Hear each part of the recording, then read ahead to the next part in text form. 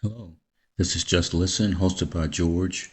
Today is September 1st, 2025. Welcome to the podcast. Today, I want to talk about the U.S. federal government policy on USAID. This is a follow-up because there have been some new developments with the Supreme Court that the administration is trying to freeze the money that they were spending in USAID that was going to Europe, to Africa, to all parts of the world.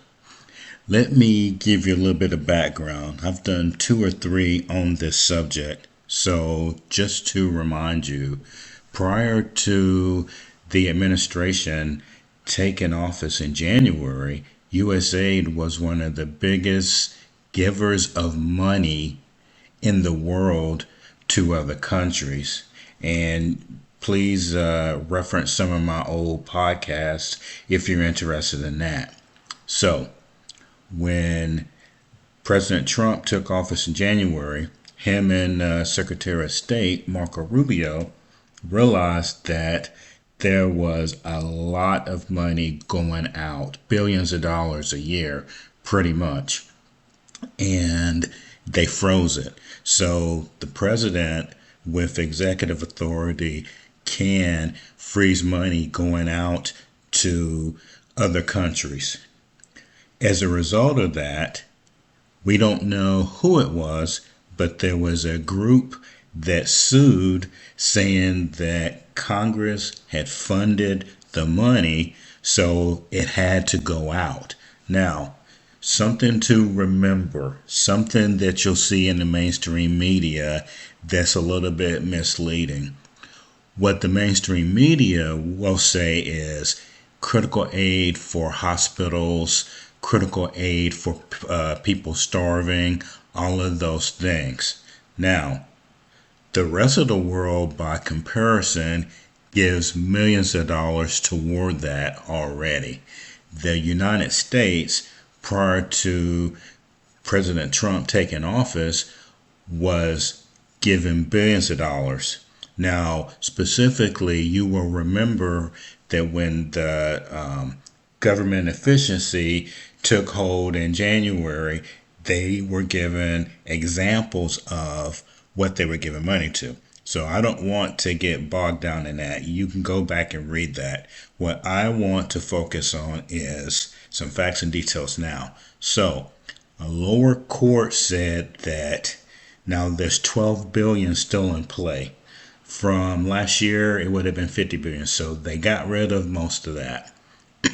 So we were down to $12 billion. Okay, so the president says, hey, we're funding we're freezing every amount. None of it will go out, even though Congress allocated it. So there was a lower court judge who issued an injunction and was going to allow the frozen billions in foreign aid to be allocated because that's what Congress did. Now, remember that it was allocated when President Biden was still in office, because prior to that, they were given 60, 70 billion dollars a year going abroad for all of these causes and all of that stuff. So, lawyers for the Trump administration filed an emergency appeal to that lower court ruling that the money could go out. So, like I told you, it was $12 billion. So, the end of the fiscal year for the federal government is in September. So, that means that the money has to go out right now or it won't go out at all.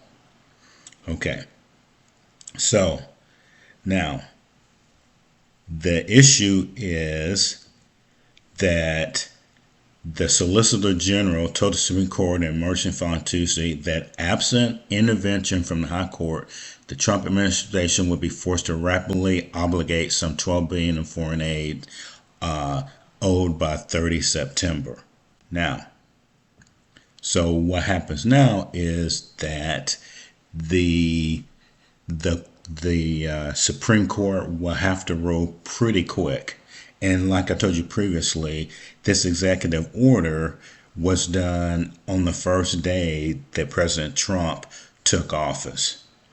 Now, it's gone back and forth over if the money can be obligated because the Congress had allocated it. So the issue is, can the president stop it? So it has to be done in 2 weeks, like I was telling you. And then there was a majority in the lower court said that the plaintiffs lacked the proper cause of action to sue the Trump administration over its decision to withhold the funds, or what is known as an impoundment.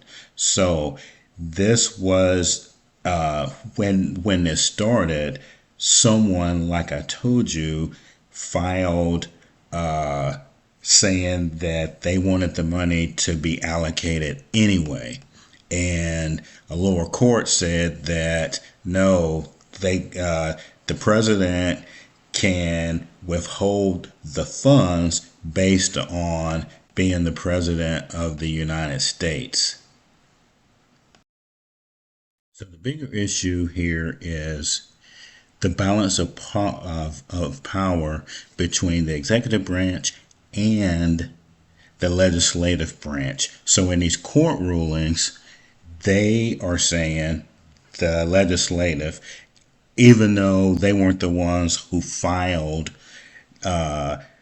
to get the money to countries abroad, they're saying that after the money is allocated by the legislative branch, the executive branch and judicial branch cannot halt money going out.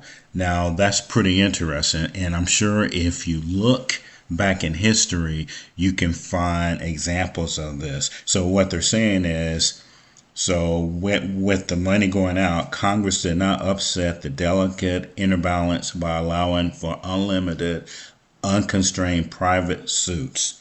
Any lingering dispute about the proper disposition of funds that the president seeks to rescind shortly before they expire should be left to the political branches, not effectively prejudged by the district court. So, in a ruling before that cut off $50 billion, they said, meaning the judicial, is that the president could cut it off, and that the private sector couldn't weigh in on behalf of the legislative branch and say, no, the money should still go out. Now, nowhere in this article does it say which group sued in court to get the money allocated. And of course, this was in August. Hasn't been covered as much the last 2 months, but they are trying to tell us, meaning the mainstream media, that it's really for aid for people starving. And something to remember also is that the Center for Disease Control was allocating a lot of money out there too. Now, why am I saying that? Why does it blend?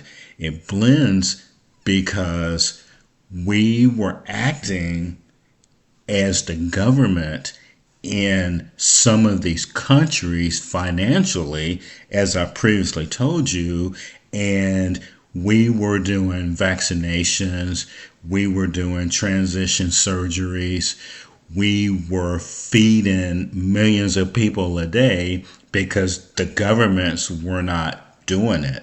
And so the other side, meaning the people and the Democrats trying to get this money allocated because they were in charge of Congress a year ago, was that somehow, well, it was further back than that. The Republicans got in charge of it maybe a year and a half ago, but the Democrats had allocated all of that money. So I want to clear up that point.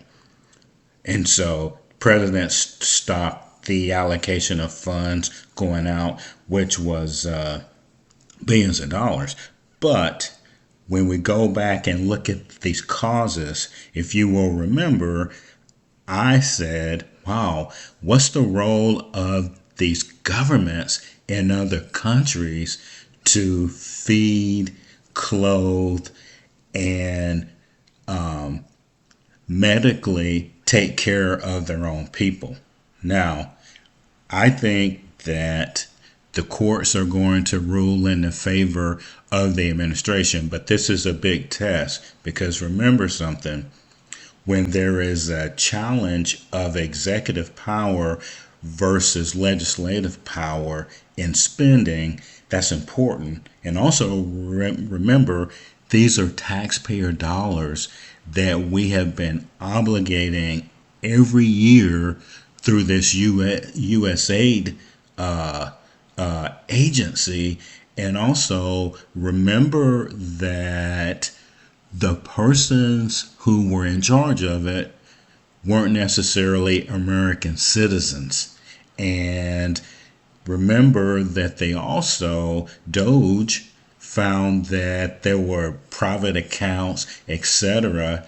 And when the president initially told them to stop sending out money, they refused. The agency refused to do it.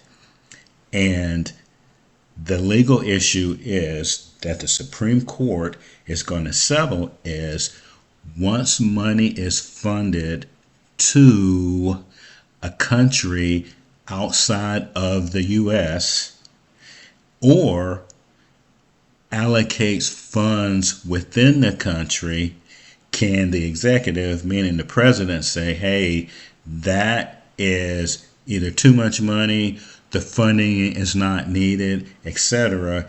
Can they stop it? And like I told you previously a minute and a half ago, I believe that the Supreme Court is going to rule in favor of the president, saying that the president, through the Secretary of State, controls the actual allocation of funds going out of the country.